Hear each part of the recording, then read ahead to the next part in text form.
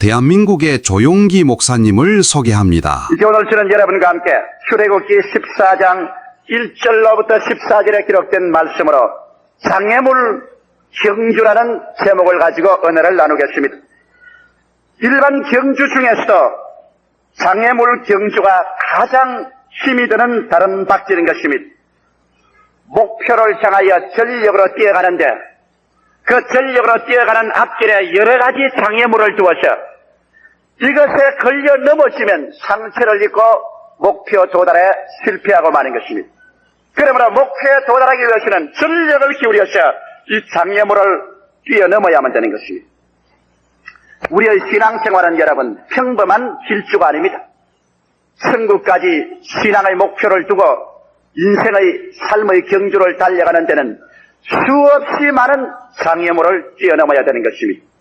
믿지 않은 사람은 꽤 장애물을 잘 뛰어넘었다고 생각할지라도 최후의 장애물인 죽음과 절망의 장애물에 부딪히면 그의 모든 경주는 목표에 도달하지 못하고 산산조각이 나고 마는 것입니다. 아무리 신앙하지 않은 사람이 큰 소리를 한다고 할지라도 최후에 놓인 장애물, 죄책과 정죄의 장애물, 혐오와 무의미의 장애물, 죽음과 무의 장애물이 그들의 마지막을 가리울 때 거기에서 걸려서 낭패를 당하지 않은 사람은 한 사람도 없습니다.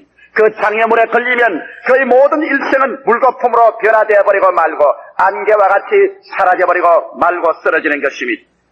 그러나 우리 주를 믿는 사람들은 안 믿는 사람과 똑같이 너나 할 것 없이 장애물을 뛰어넘어야만 합니다. 그러나 우리가 장애물을 뛰어넘을 때는 믿지 않는 사람과 같은 태도로서 장애물을 뛰어넘지는 않습니다. 물론 우리도 장애물에 걸려서 넘어지기도 하는 것입니다. 그러나 우리는 장애물을 극복하고 일어날 수 있는 하나님의 약속과 은총과 성령의 도우심이 우리 가운데 있는 것입니다. 저는 오늘 이 시간에 장애물을 뛰어넘어가는 데 있어서 승리를 가져오는 결정적인 요소인 우리 마음의 태도, 장애물에 부딪혔을 때 그 장애물을 뛰어넘는 우리 마음의 자세, 이 문제에 관해서 여러분과 함께 말씀해 드리므로 여러분의 인생을 일생 동안 뛰어갈 때 승리로 휘투성이 되지 않고 뛰어가는 데 도움이 되고자 하는 것입니다. 첫째로 여러분과 함께 알아보고 싶은 것은 이스라엘 백성이 430년 동안 애굽에서 역사적으로 종노릇을 했습니다. 그리고 난 다음 그 애굽 사람들을 종살이하는 그 포악한 지구에서 모세가 80에 그 사람들을 물리치고 이스라엘 백성들을 해방시켜 홍해수를 건너는 장면, 여기에서부터 이스라엘의 여행에는 벌써 장애물 경주가 시작된 것입니다. 애굽에서 출발하여 적과 꿀이 흐르는 가나안 땅을 향해서 오는 곳에는 끝없는 계속된 장애물이 있었습니다. 모세의 능력 있는 기도와 하나님의 축복을 통해서 430년 동안 종살이하던 땅에서 300만 이스라엘 백성을 자유 해방시켜 모세가 앞장서서 대군중을 이끌고 홍해수까지 다가오게 된 것입니다. 이스라엘 백성이 홍해수에 와서 그들이 정말 어려운 장애물에 부딪히고 마는 것입니다. 왜냐하면 그들과 시내 사막으로 들어가는 길 가운데는 홍해의 바닷물이 출렁거리고 넘실거리고 있었습니다. 인간적인 수학적인 계산이나 이성이나 경험을 통해서는 홍해수를 헤엄쳐 건너갈 수 없는 일이요, 그를 건너게 할 엠목도 없고 다리도 없고 배도 없었습니다.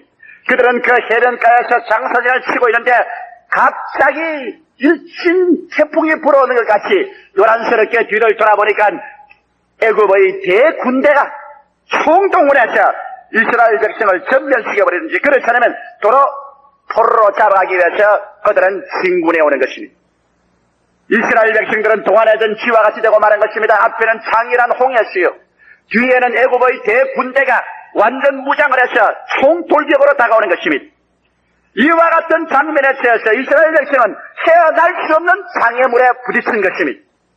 여러분과 저의 신앙도 이와 같은 장애물이 안 온다고는 아무도 보장할 수 없습니다. 우리의 인생살이에 인간의 계산으로서는 아무리 해봐도 이제는 절망의 벽에 부딪혔다고 말할 수밖에 없는 그러한 때가 우리에게 한두 번 아니고 다가오는 것입니다. 이러한 장애물을 어떻게 해서 뛰어넘을 것이냐, 여기에 대한 중대한 삶의 자세와 태도가 있습니다. 이스라엘 백성들은 이와 같은 장면에 도착하자 어떻게 했습니까? 그들은 갈팡질팡 마음에 방향을 잃어버리고 정신없이 외쳤습니다. 그들의 외침이 출애굽기 14장 11절로 12절에 기록되어 있습니다. 그들이 또 모세에게 이르되 애굽에 매장지가 없으므로 당신이 우리를 이끌어내어 이 광야에서 죽게 하느냐? 어찌하여 당신이 우리를 애굽에서 이끌어내어 이같이 우리에게 하느냐? 우리가 애굽에서 당신에게 구한 말이 이것이 아니뇨? 이러기를 우리를 버려두라! 우리가 애굽 사람을 섬길 것이라 하지 아니하였느냐? 애굽 사람을 섬기는 것이 광야에서 죽는 것보다 낫겠노라. 절망에 처한 사람들의 절규에 불과한 것입니다. 사람이 오도 가도 못하게 되면 원망부터 먼저 합니다. 이 사람들은 모세를 보고서 원망을 하고 탄식을 했습니다. 그리고 부르짖었습니다. 완전히 그들의 마음은 부정적인 사고로 꽉 들어찼습니다. 불가능한 사고로 꽉 들어찼습니다. 이제는 죽는 것밖에 남지 않았다고 포기했습니다. 애굽에서 차라리 사는 것이 자유를 얻어서 홍해수가에서 죽는 것보다 나았겠다고 간식하며 쓰러졌습니다. 완전히 그들의 삶의 태도는 부정적인 자세와 불가능의 사고방식으로 죽음을 받아들인 것입니다. 그러나 똑같은 시간에 똑같은 자리에서 똑같은 운명의 장애물을 맞이했는데 모세의 태도는 그렇게도 다를 수가 없습니다. 모세는 출애굽기 14장 13절로 14절에 그런 외쳐 말하기를 모세가 백성에게 이르되 너희는 두려워 말고 가만히 서서 여호와께서 오늘날 너희를 위하여 행하시는 구원을 보라. 너희가 오늘 본 애굽 사람은 또다시는 영원히 보지 못하리라. 여호와께서 너희를 위하여 싸우시리니 너희는 가만히 있을지니라. 할렐루야. 모세 여러분 신앙 고백을 보십시오. 그는 일반 대중과 하늘과 땅 사이의 차이가 있습니다. 그는 두려워하지 말라고 말했습니다. 그리고 하나님께서 우리를 위해서 행하시는 역사를 보라고 말했습니다. 주님께서 직접 싸워서 승리를 주실 것이라고 말한 것입니다. 무엇이 이들을 이렇게 다르게 만들었습니까? 인생을 사는 데는 사람들이 다 의지하는 자원이 있습니다. 이스라엘 백성들은 그들은 인간에다가 그들의 모든 삶의 자원을 의지했습니다. 그러므로 인간의 이성과 인간의 지식이 막다른 골목에 처할 때 인간적인 자원이 말라버리면 절망밖에 없습니다. 그러나 모세는 그가 인생을 살아나가는 데 있어서 인간적인 자원을 의지하지 아니하고 하늘을 지으시고 땅을 지으셨으며 인생의 생사화복을 주장하시고 없는 것을 있게 하시고 있는 것을 없게 하시는 무궁무한한 영원한 자원 되시는 만군의 여호와 하나님을 자원으로 삼은 것입니다. 하나님을 자원으로 삼은 모세에게 두려워할 것은 없습니다. 인간의 절망은 하나님의 기회인 것입니다. 인간의 불가능은 하나님의 가능의 출발인 것입니다. 이렇기 때문에 이스라엘 백성이 절망할 때 모세는 절망하지 않으셨습니다. 이스라엘 백성이 울 때 모세는 기도한 것입니다. 이스라엘 백성이 죽는다고 할 때 모세는 산다고 말했습니다. 이스라엘 백성이 패배했다고 말할 때 모세는 승리한다고 말합니다. 이스라엘 백성이 우리는 힘이 미치지 못하다고 말할 때 모세는 하나님께서 우리를 위해서 싸운다고 말했습니다. 자원의 문제입니다. 여러분, 저는 언제나 인생을 살아가면서 어떠한 어려운 문제가 생길 때 나에게 늘 하이는 것이 있습니다. 저는 인간인지라 제일 먼저 반응이 절망적인 반응을 먼저 합니다. 이스라엘 백성처럼. 그러나 즉시로 저는 마음을 가다듬어 이 사람아 여호와를 자원으로 삼아라. 너 자신을 자원으로 삼는다면 너는 이제 막다른 골목에 처하고 말았다. 그러나 영원한 여호와를 너가 자원으로 삼으면 너에게는 끝없는 가능성이 믿음과 기도는 운명을 변화시키는 역사를 나타낸다.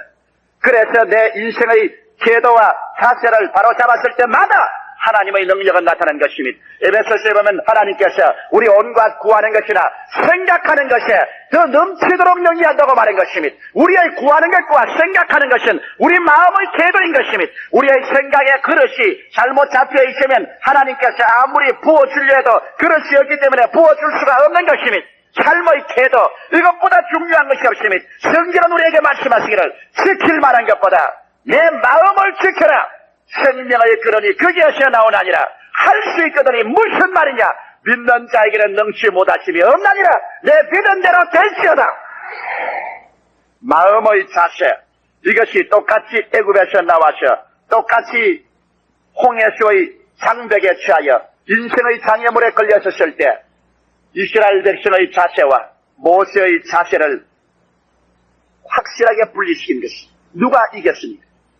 하나님께서 모세에게 축복해 주셔서 즉시로 하나님께서 기적을 하라 계시죠. 인생에는 기적이 있습니다. 여러분, 사람이 상상할 수 없는 기적이 있습니다. 나는 어떤 자매님 한 분이 제게 와서 목사님 나를 모르겠습니까? 난 모르겠습니다. 한때 목사님께서 부산에 오셔서 그때 나는 몹시 위궤양이 걸려서 도저히 이제는 살아갈 수 있는 가능성이 없을 정도로 몸이 아팠습니다. 그럴 때 목사님이 어느 교회에 와서 한번 설교하시고 나가면서 내 머리 위에 손을 한번 얹어서 기도해주고 나갔는데 그때가 내 인생의 전환기였으면 나는 거기에서 깨끗이 나와서 새 사람이 되어 오늘 살아있습니다. 나는 전혀 모르는 사람입니다. 전혀 잊어버렸습니다. 그러나 인생에게는 하나님의 기적이 나타나면 운명을 변화시킬 수 있는 이러한 전기가 우리에게 다가올 수 있는 것입니다. 어떠한 자매님 한 분이 내게 와서 말했습니다. 목사님, 나는 우리 가족들조차 다 죽는다고 내놓은 사람입니다. 아주 죽음의 병에 이르러서 이제는 병원에서도 포기한 사람이었어요. 교회에 올 때 등허리에 얹혀왔습니다. 두 발로 일어설 수가 없었습니다. 그러나 하루 예배를 마치고 오늘 이 군중 가운데서 죽어가는 사람, 두 발로 서지 못하는 사람, 완전히 다리를 못 쓰는 사람이 있는데 오늘 이 시간에 나았단 말이 들리자마자 내 마음속에 불기둥 같은 하나님의 역사가 일어나더니만 나는 그때부터 살아서 이렇게 다닙니다. 완전히 절망해서 이제는 새 사람이 되어버렸습니다. 여러분, 인생은 우리가 살겠다고 결심을 하고 올바른 마음의 자세를 가질 때 오늘날 또 하나님은 성령으로 기적을 우리에게 베풀어 주시는 것입니다. 이러한 증거는 수없이 나타내 놓을 수 있는 것입니다. 이래서 하나님께서 모세를 통하여 홍해수를 가르게 하십니다. 홍해수는 갈라졌고 이스라엘 백성은 마른 땅으로 지나서 그들은 노래를 부르고 찬양을 부르며 건너편으로 갔고 애굽 사람은 그것을 시험하다가 물에 빠져 죽은 기사가 있습니다. 그러나 이로써 여러분 이스라엘 백성이 교훈을 배웠나요? 배우지를 않았습니다. 그들이 곧장수를 광야로 들어가서 사흘 길을 걸어가다가 마실 물이 없었습니다. 사흘 동안 물이 없어 목마르다가 그 다음 그들이 어느 호수를 발견해서 가서 물을 마셔보니 물이 썩이 썩어 독이 있는지라 일체의 그들은 또다시 반복해서 인간적인 차원에서 이야기하기 시작한 것입니다. 그들은 또 말했습니다. 출애굽기 15장 24절에 백성이 모세를 대하여 원망하여 가로되 우리가 무엇을 마실까? 왜 이렇게 원망만 하고 삽니까? 패배하는 사람에게 언제나 상표처럼 따라다니는 것이 원망인 것입니다.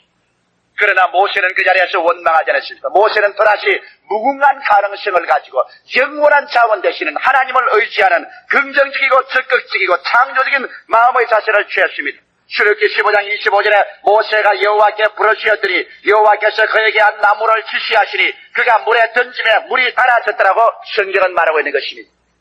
기도하고 하나님을 기대하는 사람에게는 절망적인 상황에서 새로운 해답의 문이 열리게 되는 것입니다. 장애물 경주는 그게 부딪혀졌을 때 원망하는 사람에게는 철벽성이더라도 하나님을 의지하고 기도하는 사람에게는 그 장애물을 뛰어넘어갈 수 있는 하나님의 은총이 임하시게 되는 것입니다. 그러나 비극은 다가오고 말았습니다. 언제나 부정적인 태도를 취하고 인간적인 차원에 이치해서 불가능적인 사고만 하고 있는 이스라엘 백성들에게 하나님은 최후의 심판이 다가오게 된 것입니다. 그들이 광야를 지나 이제 적과 꿀이 흐르는 가나안 땅에 들어가는 가데스 바네아의 국경지대에 도착했습니다. 모세는 12사람의 정탐꾼을 취하여 40일 동안 가나안 땅을 정탐하고 오게 한 것입니다. 40일 동안 가나안 땅을 정탐하고 와서 그들은 회중 앞에 서서 이게 보고를 합니다.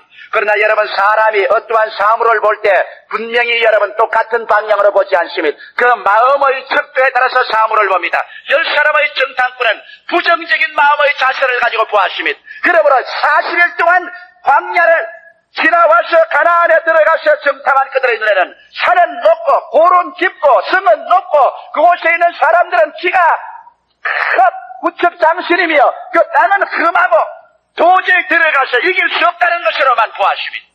그들은 적과 꿀이 흐르는 것을 보지 못하셨습니다. 왜?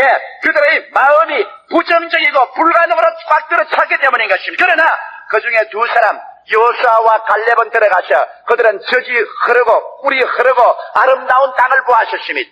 똑같은 사람이 똑같은 장소에서 똑같이 40일을 보았지만은 그들이 본 관점은 마음의 자세에 따라 하늘과 땅 차이로 달라지는 것입니다. 그 사람들이 와서 이스라엘 백성에게 보고를 했습니다. 여러분 보고를 한번 들어보십시오. 민수기 14장 1절로 4절에 10사람의 정탐꾼이 와서 부정적인 보고를 했습니다. 온 회중이 소리를 높여 부르짖으며 밤새도록 백성이 고하였더라. 이스라엘 자손이 다 모세와 아론을 원망하여 온 회중에 그들에게 이르되 우리가 애굽 땅에서 죽었거나 이 광야에서 죽었다면 좋았을 것을 어찌하여 여호와가 우리를 그 땅으로 인도하여 칼에 망하게 하려 하는고 우리가 처자가 사로잡히리니 애굽으로 돌아가는 것이 낫지 아니하냐. 이에 서로 말하되 우리가 한 장관을 세우고 애굽으로 돌아가자. 이 얼마나 비극적인 상황인 것입니다.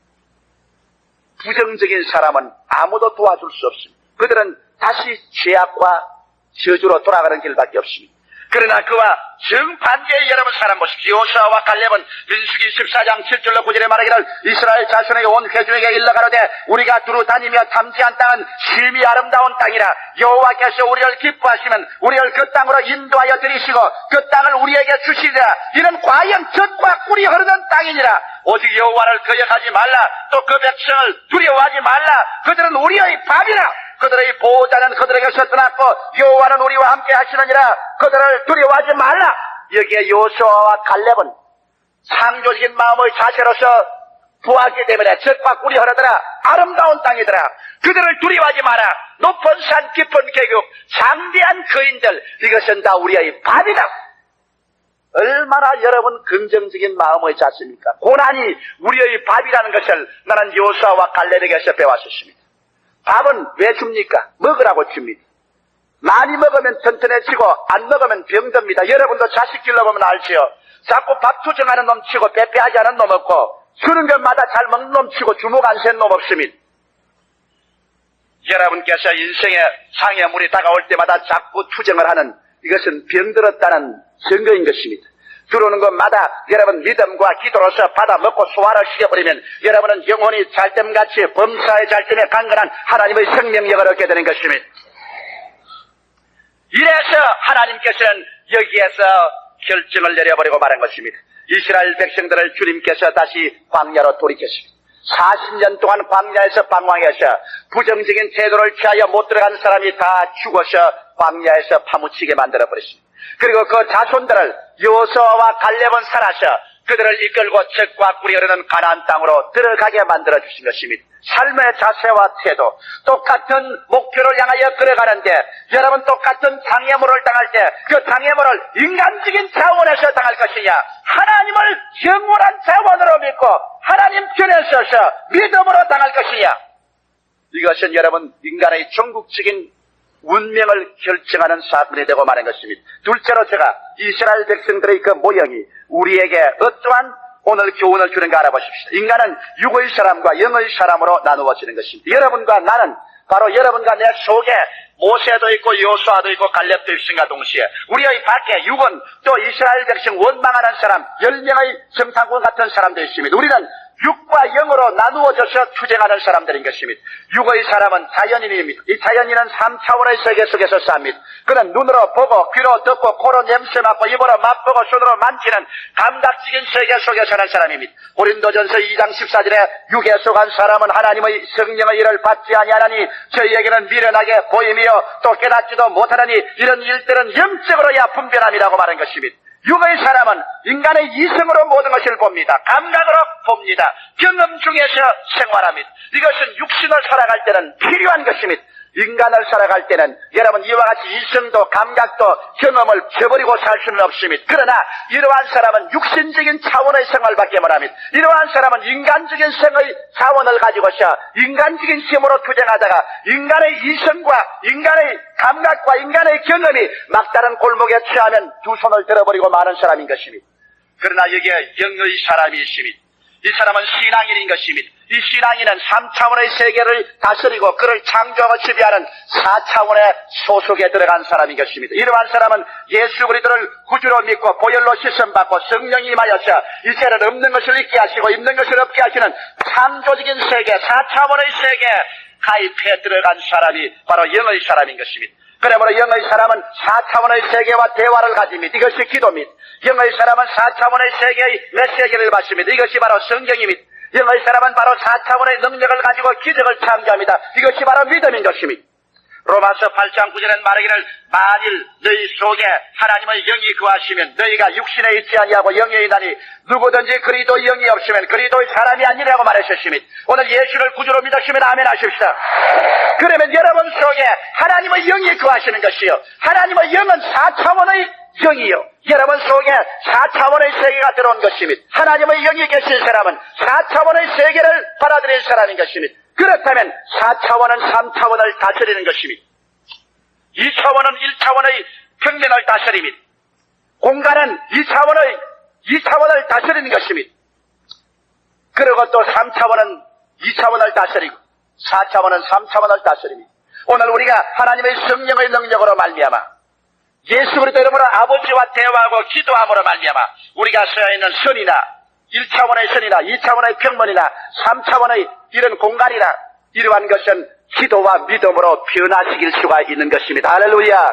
이러기 때문에 우리의 기도는 기적을 가져옵니다. 이러기 때문에 성령이 계신 사람은 인간의 현실적인 물질적인 환경에 지배를 받고 그것으로 말미암아 절망에 처하지 않습니다. 하나님이 같이 계신 사람이 왜 현실 우리 운명을 지배하지 못한다는 말인 것입니다. 이러기 때문에 오늘 영적인 사람, 4차원의 속에서 사는 사람은 순종과 믿음과 기적으로 사는 생활을 합니다. 인간의 이성과 감각과 경험은 이 세상을 위해서 살게 되어 있지만은 이 세상을 지배하는 것으로서는 순종과 믿음과 기적을 기대하는 삶은 이 세상을 지배하는 것입니다.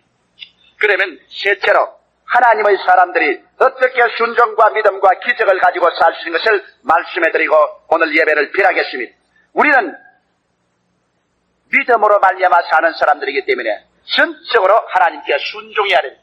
여러분, 순종이라는 것은 우주의 절대 권위자인 하나님을 인정하는 것이 즉 순종의 생활인 것입니다. 오늘날 세상 사람들은 하나님을 인정하지 않습니다. 그런 권위를 인정하지 않기 때문에 아무도 자기를 지배할 사람이 없습니다. 그러나 우리는 알파요 오메가 되시고 처음과 나중에 되시며 시작과 끝이 되신 창조주 하나님을 인정합니다. 그리고 그 하나님 앞에서 우리는 그 절대 권위 앞에 무릎을 꿇습니다. 순종이 우리의 기적적인 삶의 첫 출발이 됩니다. 내 마음대로 살고 난 다음에 하나님의 능력을 기대할 수는 없습니다. 그러므로 순종이 제사받아봐 하나님 말씀 듣는 것이 수양의 기름으로 드리는 것보다 낫다고 성경이 말한 이유가 거기에 있는 것입니다. 오늘 이러므로 여러분, 우리가 하나님께 순종할 수 있는 길은 하나님의 아들 예수를 믿는 길인 것입니다. 하나님이 세상을 이처럼 사랑하사 독생자를 주시니 누구든지 저를 믿으면 멸망하지 않고 영생을 얻으라고 말했습니다. 아들이 있는 자에게는 영생이 있고 아들이 없는 자에게는 영생을 보지 못한다고 말했습니다. 예수께서 내가 곧 길이요 진리요 생명이니 나로 말미암지 않고는 아버지께로 올 자가 없다고 말했습니다.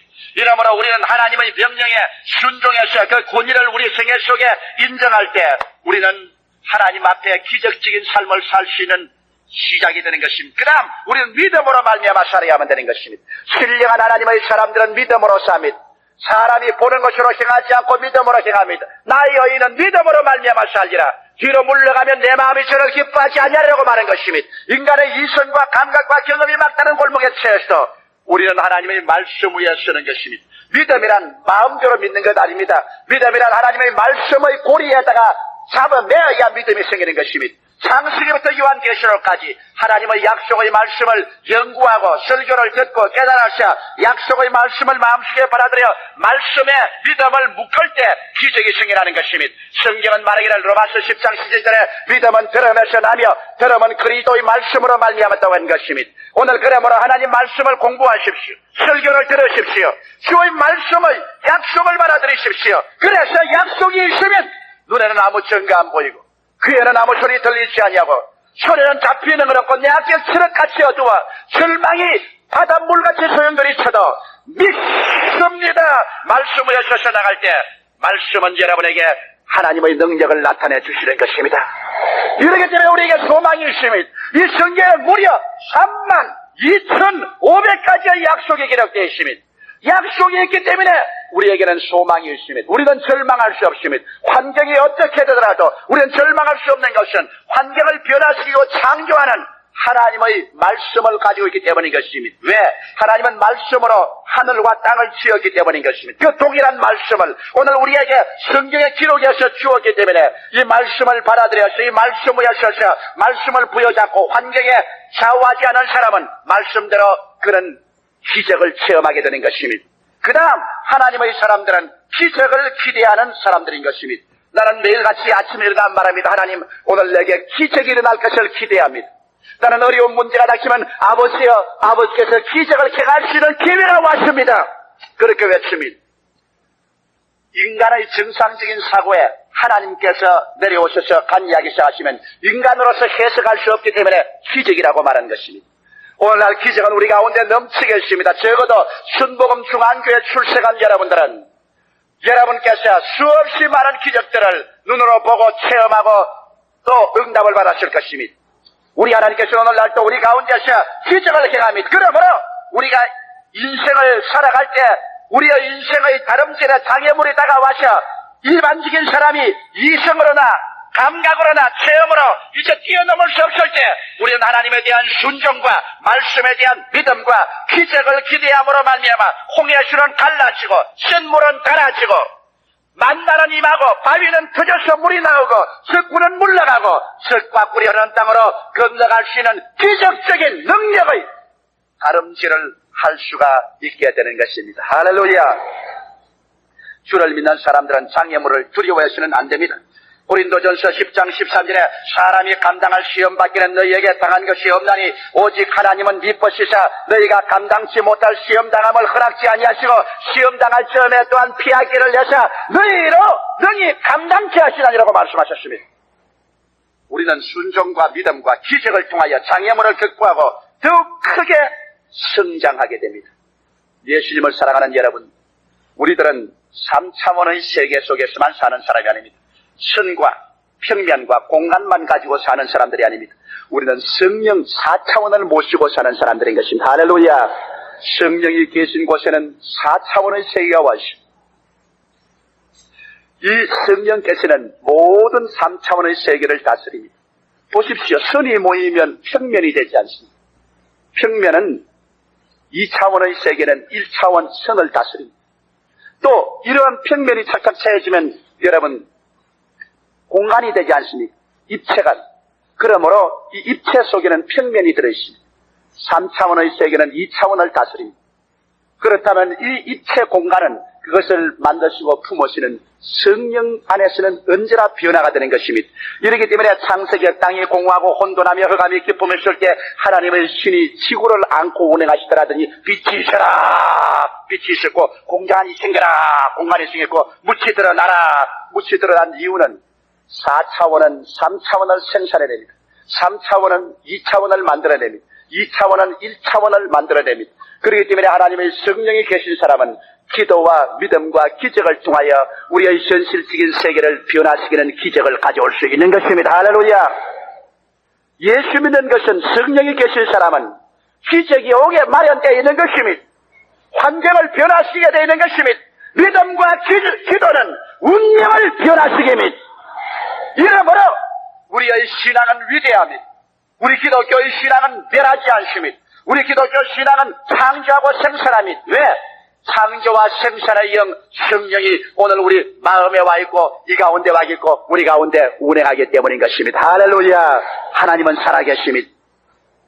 이제 우리는 또다시 오늘 이 예배를 마치고 인생의 경주를 계속해야 됩니다. 혹은 사업상의 애로를, 가정상의 애로를, 육신의 질병을, 마음의 슬픔을, 장애물을 뛰어넘어야 되는 것입니다. 이제 여러분 뛰어넘을 때 이스라엘 백성과 같은 마음의 자세로 뛰어넘지 말고 순종과 믿음과 기적을 가지고서 성령의 능력을 의지하고 할 수 있거든이 무슨 말이냐? 믿는 자에게는 능치 못하심이 없나니라는 태도로서 뛰기 시작하십시오. 기이하게 여러분은 세월이 흐르고 뒤를 돌아보면 얼마나 많은 장애물을 상상할 수 없는 능력으로 뛰어넘어서 왔다는 것을 알게 되실 것입니다. 다 같이 고개 숙이시기 바랍니다. 거룩하신 아버지 하나님이시여, 주님의 성령께서 오늘 이 자리에 같이 계심을 감사하옵나이다. 모든 우리의 인생 물질과 운명을 변화시키고 창조할 수 있는 위대한 능력을 가지고 우리 가운데 계신 하나님의 성령이지요. 오늘 우리 마음의 어리석음을 밝혀주시옵소서. 우리의 둔하고 둔함을 깨닫게 하여 주시옵소서. 인생은 원래 아버지 물질적인 세계 속에서 살도록 만들어지지 않아 창조적인 세계 속에서 살도록 만들어진 것을 깨닫게 하여 주시옵소서. 하나님 아버지, 죄를 지어서 우준함으로 말미암아 지혜롭다 하나 어리석기 짝이 없이 되어 썩어질 것밖에 바라보지 못하는 어리석음을 주님 깨우쳐 주시옵소서. 말씀으로 깨우쳐 주셔서 오늘 이 시간에 하나님의 아들 예수 그리스도를 구주로 모시게 하여 주시옵시고 그 보혈로 죄 씻음을 받고 하나님이여 구원을 얻어서 영생의 성령이 마음속에 들어와 기도와 믿음으로 운명을 변화시키는 창조의 세계 속에 들어가게 하여 주시옵소서. 아버지, 우리는 이깁니다. 우리는 치료함을 받습니다. 우리는 구원을 얻습니다. 우리에게는 응답이 옵니다. 하나님을 사랑하는 자 곧 그 뜻대로 부르심을 입은 자들에게는 모든 일이 합정하여 선을 이루게 됩니다. 장애물을 만나서 이스라엘 백성들 같이 울붓고 부러지고 부정적이고 불가능한 사고방식으로 아버지 탄식하다가 멸망하지 말고 모세와 같이 요수아와 같이 갈렙과 같이 긍정적이고 적극적이며 창조적이며 믿음의 자세와 승리적인 마음의 태도를 가지고 성령의 능력과 말씀에 의지하여 내 아버지 순종과 믿음과 기적을 가져오게 하여 주시옵소서. 예수님 이름으로 기원하옵나이다. 아멘. 잠시 동안 고개 숙이시기 바랍니다. 오늘 이 시간에 여러분 운명을 변화시키기를 원하십니까?